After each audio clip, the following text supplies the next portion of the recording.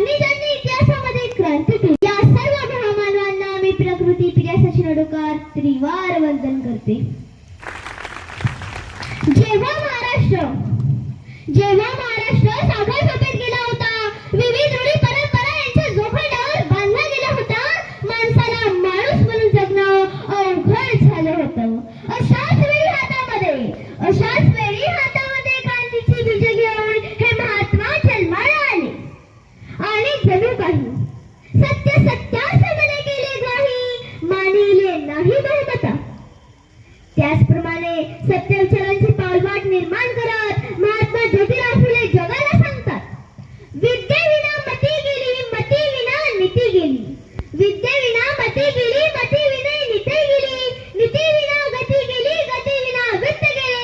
वित्त विना शूद्र खचले. इतके अनर्थ एका अविद्येने केले. जर माणूस अशिक्षित असेल, अज्ञानात असेल तर तो प्रगती करू शकणार नाही, हे महात्मा फुलेंनी त्या काळात सांगितले. वंचिताच्या इतिहासाला महत्त्वाचे विचारसरणी मिळवून देण्याचं काम हे महात्मा फुलेंनी केले. स्त्री शिक्षणाची मुहूर्तमेढ महात्मा फुलेंनी रोवली. महात्मा फुलेंच्या काळात किती जटिल तारे समाजात होती हे मी तुम्हाला सांगते. एखाद्या स्त्रीचा नवरा मरण पावला तर सरळ नसलं जायचं, त्या सरण्यावरती त्या बाईला जिवंत जाळलं जायचं, तिचे सगळे केस कापले जायचे, जगणं मुश्किल झालं होतं. अशी स्थिती स्त्रियांची होती. मित्रांनो महात्मा ज्योतिराव फुलेंनी सर्वात पहिल्यांदा ओळखले की माझ्या या समाजातल्या स्त्रियांच्या विकासाची चाक गतिमान करायची असेल तर शिक्षण महत्त्वाचे आहे. मित्रांनो, तो काळ असा होता, त्या काळात स्त्रीला शिक्षणाचा अधिकार नव्हता. तिला समाजात दुय्यम स्थान दिलं जायचं आणि तिचं आयुष्य इतरांच्या निर्णयावर अवलंबून होतं. आणि या अन्यायाविरुद्ध महात्मा फुलेंनी आवाज उठविला आणि यासाठी त्यांनी आपल्या पत्नी क्रांतीज्योती सावित्रीबाई फुले यांना शिक्षण दिले आणि 1848 साली पुण्यात पहिली मुलींसाठी शाळा सुरू केली. आणि त्या काळात हा निर्णय म्हणजे धाडसीच होता. समाजाने विरोध केला, अपमान केला, तरीही ते कधीच डगमगले नाही. काळ्या कुट्ट अंधारात ज्योत ज्ञानाची पेटवली. काळ्या कुट्ट अंधारात ज्योत ज्ञानाची पेटवली. शिकवली सावित्री आणि तिच्या लेकींना. शिक्षण गंगा तळागाळात पोहोचवली. शिक्षण गंगा तळागाळात पोहोचवली. स्त्री शिक्षण, स्त्रियांचा अन्याय दूर करणारे महात्मा फुले होते. स्त्रियांच्या प्रगतीचा, विकासाचा, सन्मानाचा आणि उत्कर्षाचा मार्ग दाखवणारे महात्मा फुले होते. क्षणभर डोळे बंद करा आणि विचार करा. एक स्त्री आहे जी खूप कष्ट करते, पण तिच्या स्वप्नांना किंमत नाही, तिचं नाव कुठेच नाही, तिच्या निर्णयाला मान नाही. आणि अचानक एक व्यक्ती येतो जो तिला सांगतो, तू कमी नाहीस, तुला हक्क आहे, तुला जगायचं आहे ते सन्मानाने. आणि तो व्यक्ती म्हणजे विश्वरत्न, भारतरत्न, प्रज्ञासूर्य डॉक्टर बाबासाहेब आंबेडकर.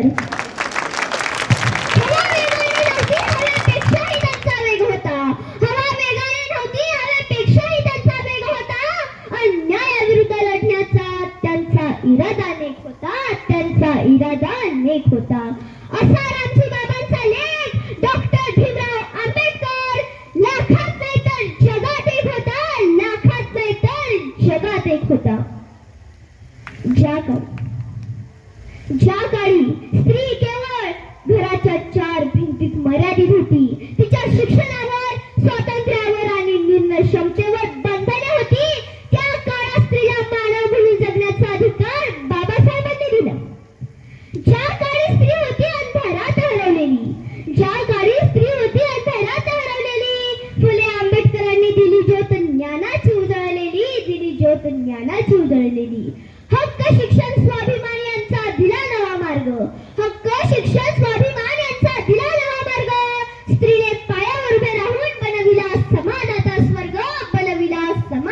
स्वर्ग. मित्रांनो, बाबासाहेबांचे स्त्रीविषयक धोरण हे केवळ विचारांपुरते मर्यादित नव्हते, तर ते कृतीत उतरलेले होते. त्यांनी स्पष्टपणे सांगितले होते की मी कोणत्याही समाजाची प्रगती ही त्या समाजातल्या स्त्रियांच्या प्रगतीवरून मोजतो. हे केवळ वाक्य नाही, तर एक दिशा आहे, एक क्रांती आहे. करून जीवाचे रान दिला सर्वांना समतेचा मान, करून जीवाचे रान दिला सर्वांना समतेचा मान. अशी भीमरावांची शान, भल्या भल्यांची झुकते मान, भल्या भल्यांची झुकते मान. बाबासाहेबांनी स्त्रियांसाठी अनेक महत्वपूर्ण कायदे आणि सुधारणा केल्या. हिंदू कोड बिल हे त्यातील सर्वात मोठे पाऊल होते. या कायद्यामुळे स्त्रीला वारसा हक्क, विवाह आणि घटस्फोटाचा अधिकार मिळाला. त्या काळी हा निर्णय म्हणजे क्रांतीच होती. शिका, संघटित व्हा आणि संघर्ष करा, ही शिकवण समाजाबरोबर स्त्रियांसाठी अत्यंत महत्वाची आहे.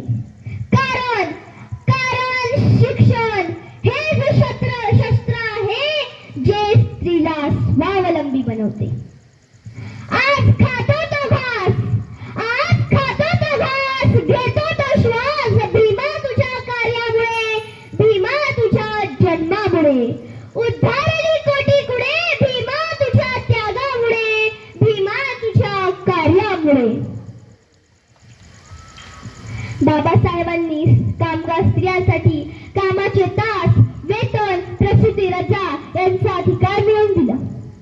आज आपण ज्या सुविधा उपभोगतो त्या त्यांच्या दूरदृष्टीमुळे शक्य झाल्या आहेत. कष्टाच्या त्या हातांना दिला सन्मानाचा हक्क, कष्टाच्या त्या हातांना दिला सन्मानाचा हक्क. बाबासाहेब आणि फुलेंच्या कार्यामुळे स्त्रीचे जीवन उजळले लख, स्त्रीचे जीवन उजळले लख. स्त्री विषयक या दोघांचे कार्य पाहून समाज झाला थक्क.